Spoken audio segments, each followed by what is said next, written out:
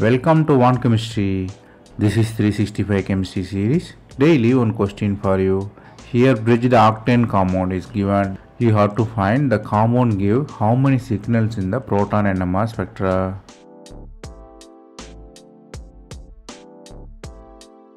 The answer will be easy if you know the symmetry here.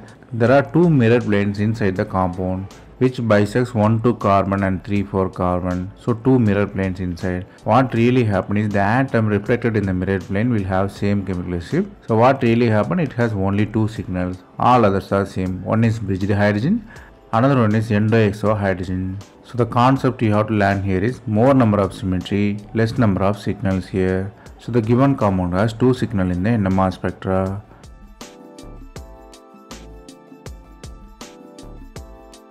That's all from this video. Thanks for watching.